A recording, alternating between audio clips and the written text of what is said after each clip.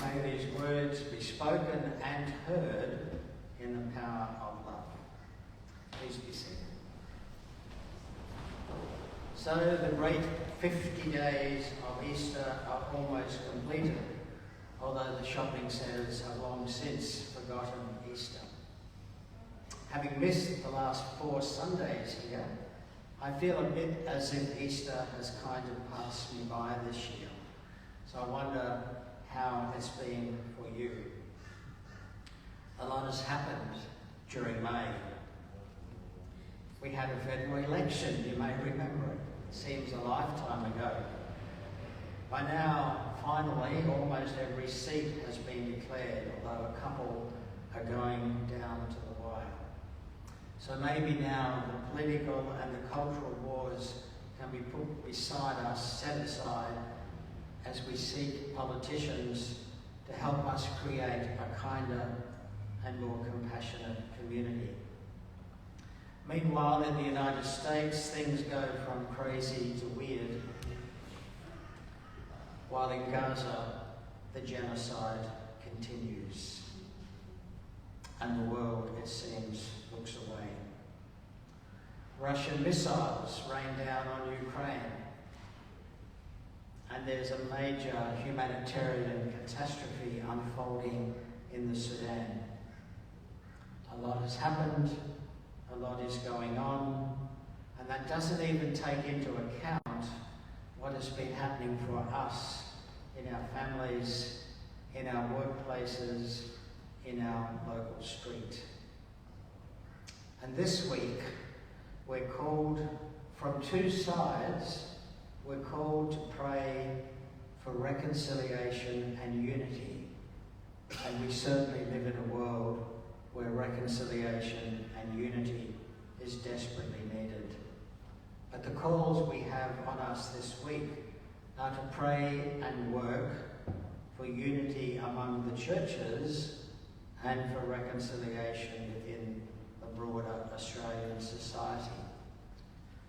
Both are challenging concepts. We agree with them in principle, of course, but putting them into practice is kind of difficult.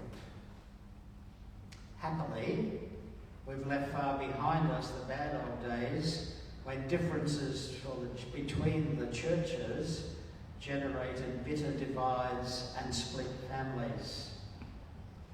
But I'm old enough, and some of you are just a tiny bit older, I'm old enough to remember being told by my mother as a teenager when I was dating a Catholic girl, yes, that were I to marry a Catholic, I would cease to have ever existed. And I knew she wasn't joking because one of our aunts had become Roman Catholic, and when she sent Christmas presents to the children, my mother would send them back unopened. We were tough in the Church of Christ. Our public architecture preserves echoes of that bitter rivalry. The Church of England got a prime bit of land in the middle of town, just around the corner from the post office and close by the courthouse and the town hall. Catholics had to buy their own land down by the river. We don't notice that anymore because they built such a handsome pile of bricks that it compensated for us having the best bit of land. Rivalry, competition, fear never bodes well for God's people.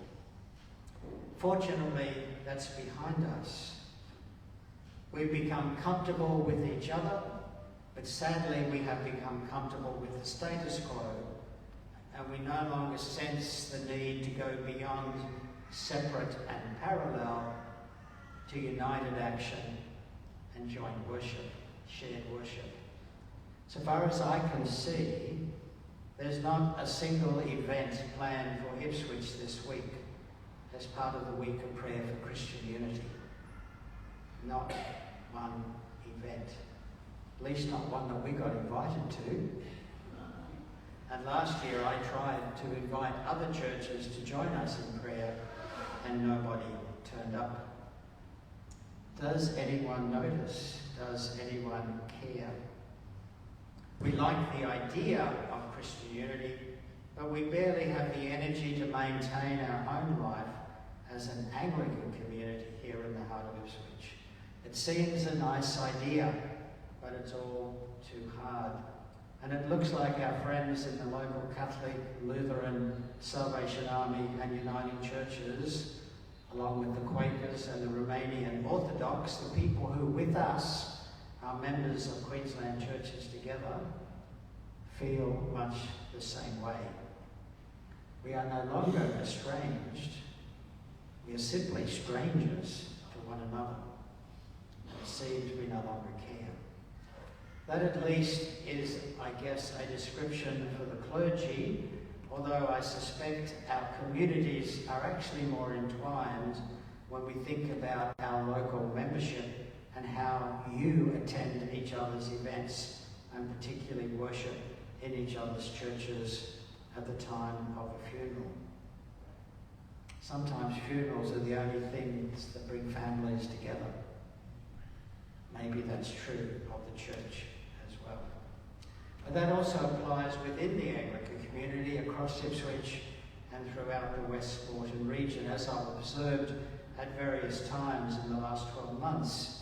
Between the Logan motorway and the top of the range into Toowoomba, there is only one Anglican parish with a full-time priest. That's us. And we have two. It doesn't look like it at the moment, and you only have 0.6 of one, but we actually have funding in the budget for 2 priests, and we're talking with the bishop about a second person who might serve alongside him when he gets here. Every other Anglican community between the Logan motorway and the top of the range in Toowoomba is operating with a part-time priest or a very part-time locum. They're unable to sustain anything more than a part-time pastor, which makes our Ipswich Anglican community here with St Thomas's a rare and precious thing. We chose not simply to merge St Thomas's Church into St Paul's Parish, but to create a fresh parish together. We've committed to build a new Anglican community across the 2 sites with a genuine sense of shared identity and mission. We didn't say, and we haven't said to St Thomas's, guys, you've got 5 years to get your act together and then we're going to sell the property and use the money to repaint St Paul's. That's not the goal.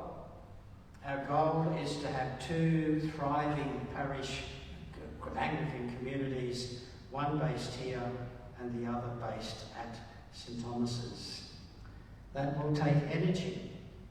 It requires commitment and it needs goodwill. And it started well, and we have high hopes for the future. But do we have any energy left for inter-church unity work?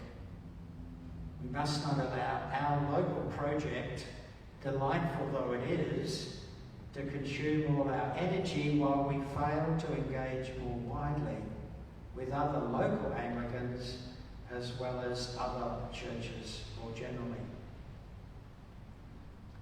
This week is also a week when we're called on to pray and engage with the National Reconciliation Project, a call to look outside the life of the church and to engage prophetically with the life of the nations.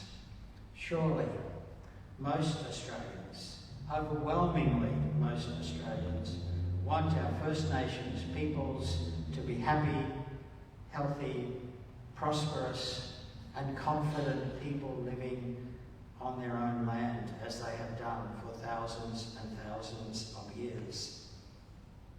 Yet we have not found a way to translate that wish into reality, and the annual reports from the Closing the Gap process demonstrate year after year how badly that is going. Systemic disadvantage cripples their hopes for a better future, and and whole generations of young Indigenous Australians are trapped in a cycle of poor education, not completing school, living with disease and disability, suffering from violence, including sexual abuse. As this year's theme for National Reconciliation Week reminds us, we need a bridge to get from now to next. And that will take energy, compassion, and time. The Christian community should be part of that bridge building. It will require us to tell the truth about the past and to make amends for what has happened. Instead of building our wealth on their lost assets, we need to pay the rent, and we need to embrace a future together in this ancient land we all call home. We can move beyond platitudes to action if we care enough to act. May the Spirit of God move us to care.